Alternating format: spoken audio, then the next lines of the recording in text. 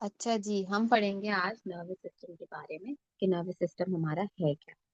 Nervous system basically एक control centre है, command centre है, जो हमारे बॉडी के तमाम प्रोसेसेस को वॉलंटरी और इनवॉलंटरी, जो हम चाहते हैं करना और जो हमारी चाहत के बगैर हो रहा है, जो हमें पता ही नहीं है, जो हमारी बॉडी में सारे फंक्शन चल रहे हैं, डाइजेशन का, ब्लड सर्कुलेशन का, ब्लड प्रेशर का, सारी चीजें, उन सारी होमोस्टैसिस, सब कुछ ये वो ब्रेन कंट्रोल कर रहा है और वो हमारे कंट्रोल में नहीं चाहिए।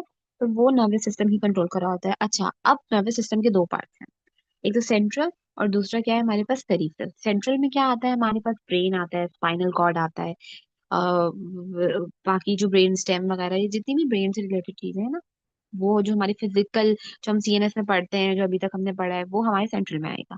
ठीक है। और हमारे पास पेरिफेरल में क्या आएगा, पेरिफेरल में हमारे पास आएगा जितने भी सेंट्रल से बाहर की जो ब्रांचेस हैं, जो बाहर का एरिया है, वो पेरिफेरल में आएगा। अब पेरिफेरल की भी दो टाइप्स है। पेरिफेरल नर्वस सिस्टम के पेरिफेरल से टाइप्स नहीं है, पेरिफेरल से बेसिकली ब्रांचेस निकलती हैं न्यूरॉन्स की, नर्व फाइबर्स की, दो तरह से। जैसे हमारे ब्लड में होते हैं, सर्कुलेटरी सिस्टम में होते हैं, पेरिफेरल से भी निकलती हैं। एक इफरेंट ब्रांचेस और एक एफरेंट ब्रांचेस। अब ये क्या है एफरेंट ब्रांचेस? अब सपोज करो कि आपने किसी आग में हाथ रख लिया, किसी हॉट चीज पे हाथ रखा, तो हमारे पास एफरेंट ब्रांचेस के थ्रू, क्योंकि ए पहले आता है, तो उससे याद रखो एफरेंट ब्रांचेस के थ्रू मैसेज आएगा ब्रेन को। पेरिफेरल से होते हुए सेंट्रल के ऊपर मैसेज जाता है कि भाई हॉट चीज में हाथ रख लिया है, अब जो है ना, इससे हाथ फौरी तौर पे हटाना होगा। ठीक है। तो पेरिफेरल जो है वो मैसेज, पेरिफेरल से फिर वापस ब्रेन को इफरेंट के थ्रू मैसेज आएगा, इफरेंट ब्रांचेस के थ्रू मैसेज आएगा कि हाथ फौरन हटा लो। एफरेंट के थ्रू पेरिफेरल से सीएनएस के ऊपर जाएगा, सेंट्रल पे जाएगा, फिर सेंट्रल से वापस सेंट्रल डिसाइड करेगा कि भाई हाथ हटाना है, तो इफरेंट के थ्रू मैसेज आता है कि हाथ फौरी तौर पे अब हटाना है। तो वो इफरेंट ब्रांचेस है, यानी पेरिफेरल से जो बाहर, जो सीएनएस से बाहर आ रही है बातें, जो सीएनएस से मैसेजेस बाहर आ रहे हैं, वो है इफरेंट के थ्रू आ रहे हैं, और एफरेंट के थ्रू सीएनएस में मैसेजेस जा रहे हैं। ठीक है, to the spinal cord, to the brain. ठीक है। अच्छा, अब इफ्रेंट के हमारे पास दो टाइप्स हैं, इफ्रेंट ऑटोनॉमिक, क्योंकि ब्रेन फंक्शन परफॉर्म कर रहा है, यानी ब्रेन कोई मैसेज दे रहा है, तो इफ्रेंट से हमने दो टाइप्स निकाली कि इफ्रेंट से जो ब्रांचेस से जो दो तरह के मैसेजेस आ रहे हैं, वो एक ऑटोनॉमिक नर्वस सिस्टम और एक सोमैटिक नर्वस सिस्टम। अब ऑटोनॉमिक नर्वस सिस्टम हमारे कंट्रोल से बाहर है, सोमैटिक नर्वस सिस्टम हमारे कंट्रोल में है, ये चीजें ना। ठीक है। अच्छा, अब इससे आगे बढ़ने से बेहतर है, अब ऑटोनॉमिक के भी जो है ना दो टाइप्स हैं, एक पैरासिम्पथेटिक और सिंपथेटिक। ठीक है। लेकिन अभी इससे आगे हमें जाने से पहले एक नई चीज बताऊंगी, बीच में एक चीज का कॉन्सेप्ट तुम लोग ले लो, गैंग्लियास का। ठीक है। अब यहाँ तक तो तुम्हें पता चल गई ना ब्रांचेस की टाइप्स। अब तुम लोग जो हो यहाँ पे इस तरफ आके गैंग्लियास का कॉन्सेप्ट भी लेना जरूरी है। इस पोर्शन में हम गैंग्लियास का कॉन्सेप्ट लेंगे कि गैंग्लियास बेसिकली होते क्या है, हम गैंग्लियास से रिलेटेड जितनी भी बातें हैं वो पढ़ते हैं, ये पता होनी चाहिए। अच्छा, इससे रिलेटेड ये बहुत ही अच्छी मेरे पास एक पिक्चर है, तो मैं तुम लोगों को बता दूं। अच्छा, आज हमारे पास सीएनएस, मैंने बोला, अभी हमने क्या बात डिस्कस की कि सीएनएस है, और क्या है ये, पेरिफेरल नर्वस सिस्टम। ठीक है। पेरिफेरल नर्वस सिस्टम में हमारे पास दो तरह के न्यूरॉन्स की नर्व फाइबर्स आते हैं, सीएनएस यानी स्पाइनल कॉर्ड से, स्पाइनल कॉर्ड सीएनएस का पार्ट है। तो स्पाइनल कॉर्ड से हमारी जो ब्रांचेस हैं, वो दो टूटी हुई ब्रांचेस में निकल ली। एक तो दो न्यूरॉन्स में बातें निकलनी है, एक तो प्री साइनेप्टिक न्यूरॉन, ये वाला साइनेप्स है जहाँ पे दो न्यूरॉन्स मिले होते हैं, और एक क्या कहलाएगा, पोस्ट साइनेप्टिक न्यूरॉन। अच्छा, अब यहाँ पे जो दो चीजें लिखी हुई है ना, मजीद, यहाँ पे एक एसएनएस और पीएनएस, ये क्या है, एक क्या है हमारे पास सोमैटिक, वो हमारे पास पैरासिम्पथेटिक नर्वस सिस्टम, और ये पैरासिम्पथेटिक है। ठीक है, तो इससे कंफ्यूज नहीं होना, ये वाला सीएनएस और पेरिफेरल, और ये वाला क्या है, पैरा है, पैरासिम्पथेटिक और सिंपथेटिक है। ठीक है। अच्छा जी, पैरासिम्पथेटिक स्पाइनल कॉर्ड से जब हमारे पास प्री साइनेप्टिक न्यूरॉन्स के जरिए वो मैसेजेस बाहर आ रहे हैं, तो वो साइनैप्स वाले एरिया में, जो पिंक वाला एरिया हुआ है, इस वाले एरिया में जितने भी देखो यहाँ पे एसिटाइलकोलिन रिलीज होगा, प्री साइनैप्स से एसिटाइलकोलिन रिलीज हो रहा है।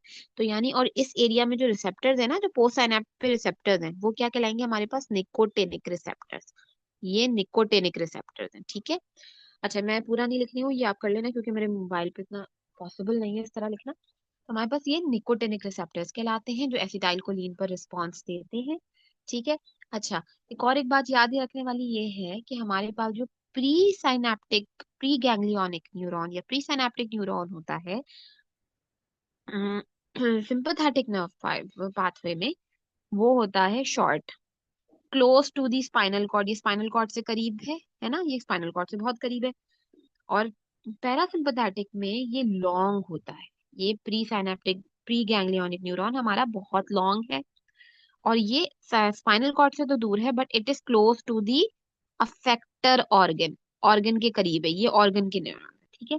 अब ये तीन चीजों में हमने इसको तीन पार्ट्स में डिवाइड किया है, एक सीएनएस, फिर पेरिफेरल नर्वस सिस्टम, और उधर पेरिफेरल नर्वस सिस्टम से होते हुए जो इफरेंट न्यूरल फाइबर्स हैं हमारी, वो अफेक्टर ऑर्गन्स तक आती है।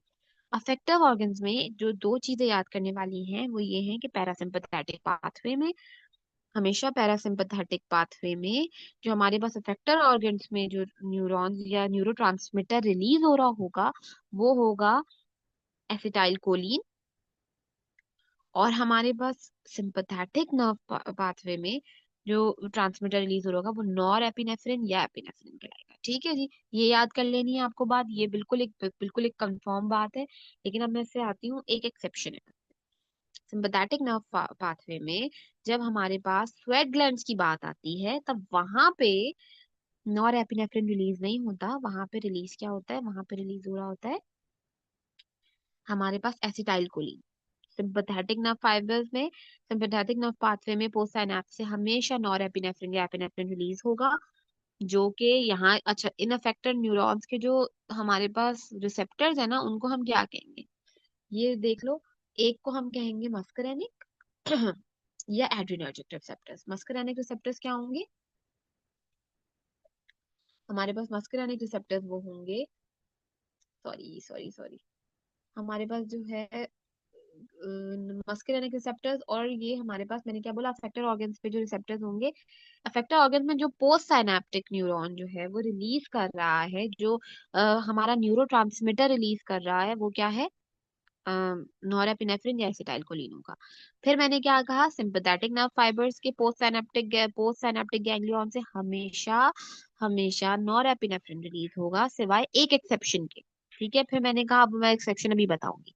फिर मैंने तुम लोगों को बताया कि पैरासिम्पैथेटिक नर्व फाइबर्स के अफेक्टर ऑर्गन्स के करीब जो हमारे पास पोस्ट गैंग्लियोनिक न्यूरॉन है वो एसिटाइल कोलिन रिलीज कर रहा होगा। अब एसिटाइल कोलिन जब रिलीज कर रहा होगा तो वो फॉल करेगा क्या, उसके रिसेप्टर्स यहाँ पे क्या कहलाएंगे, हमारे पास मस्करेनिक रिसेप्टर्स कहलाएंगे, ठीक है।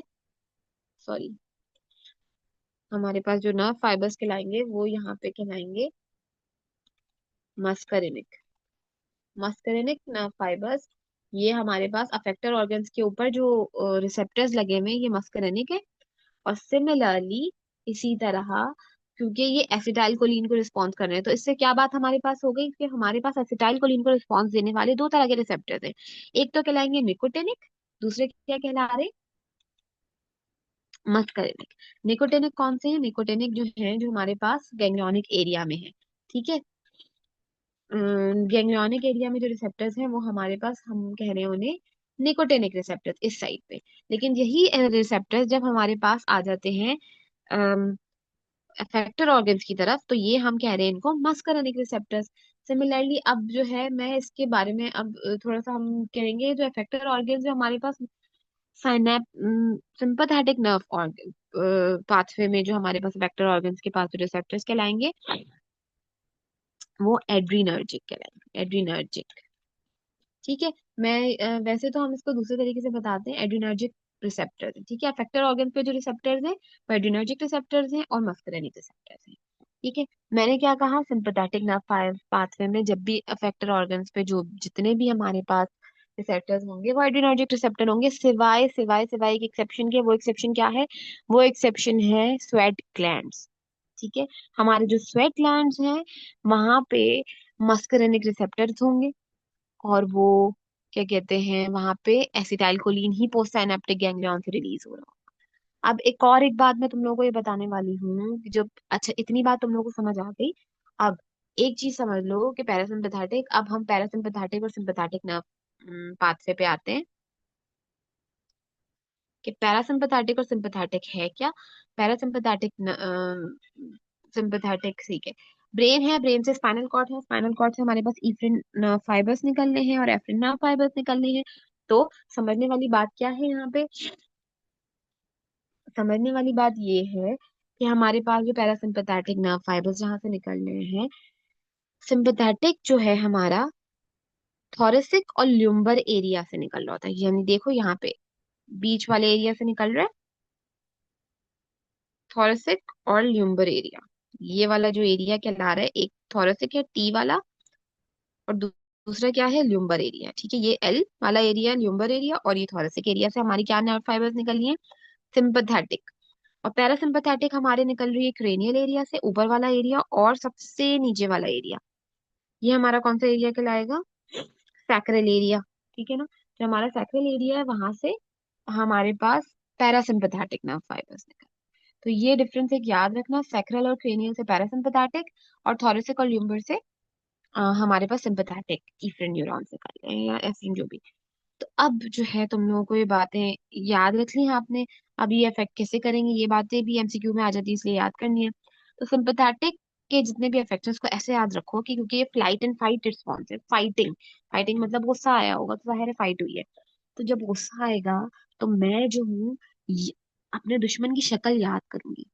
ठीक है, दुश्मन की शक्ल याद करूंगी तो उसके लिए मेरी प्यूपिल डायलेट होगी, उसको सही से गौर से देखने के लिए। ठीक है, अब इनहिबिट सेलिवेशन, तो ये क्या है, अब डाइजेशन की से रिलेटेड जितने भी प्रोसेसेस होंगे वो कम खत्म हो जाएंगे।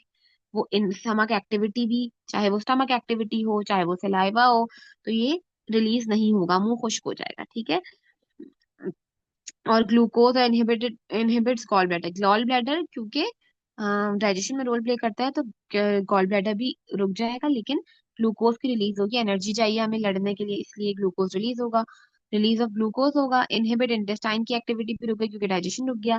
Secretion of adrenaline, non adrenaline. अच्छा, ये सब हमारे पास एनर्जी से रिलेटेड ही है। और फ्री, और क्या हमारे पास जो है ब्लैडर भी रिलैक्स हो जाएगा। उसके बाद जो हार्ट रेट है वो इंक्रीज हो जाएगा क्योंकि गुस्सा आ रहा है, एनर्जी भी चाहिए। रिलैक्सेस एयरवेज, एयरवेज रिलैक्स होंगे, क्यों, ताकि सही से सांस भर भर के ली जाए, सांस फूल जाएगी। ठीक है, सिंपैथेटिक पाथवे, गुस्सा आ रहा है। ठीक है, तो यूं याद रखना। और स्वेट ग्लैंड जो है ना वो हमारे स्टिमुलेट होते हैं, वो भी सिंपैथेटिक से रिलेटेड है, पसीना आ जाता है।